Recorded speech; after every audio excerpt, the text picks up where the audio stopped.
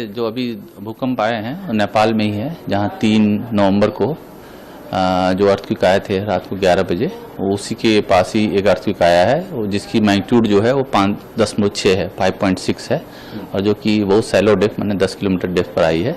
और जो प्रीवियस जो अर्थक्वेक आई थी, जो पिछली अर्थक्वेक आई थी जो 3 नवंबर को, वहाँ से वो नॉर्थ ईस्ट में 20 किलोमीटर है, और ये सेम टेक्टोनिक प्लेट पर आई है, इंडियन प्लेट पर आई है। और आपको पता है कि वहाँ पर इंडियन प्लेट के पास जो मेजर टेक्टोनिक जो एक्टिविटी होती है, और पिछले अगर 3 अक्टूबर से लिया जाए तो ये आफ्टर शॉक ही बोलेंगे, अब तक जो है 14 आफ्टर शॉक आ चुके हैं उस रीजन में।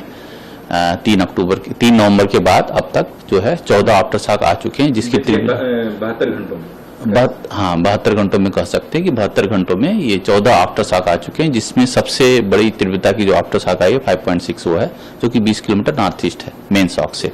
इसके पहले भी इमीडिएट आफ्टर द अर्थक्वेक 4.1 की तीव्रता की अर्थक्वेक आई थी 6.4 के बाद।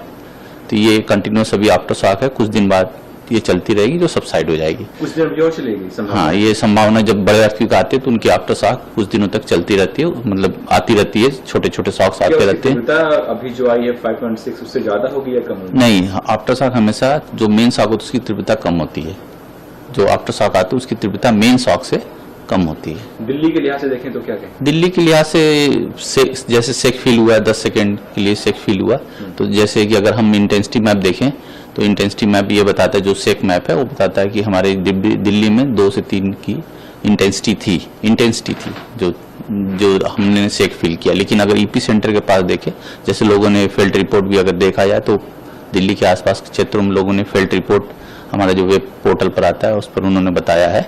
तो अगर इंटेंसिटी देखा है तो ये जो अभी अर्थक्वेक है उसकी इंटेंसिटी 6 थी नेपाल के आसपास 50 स्क्वायर किलोमीटर में, उसकी तीव्रता जो थी दिल्ली 2 से 3 थी।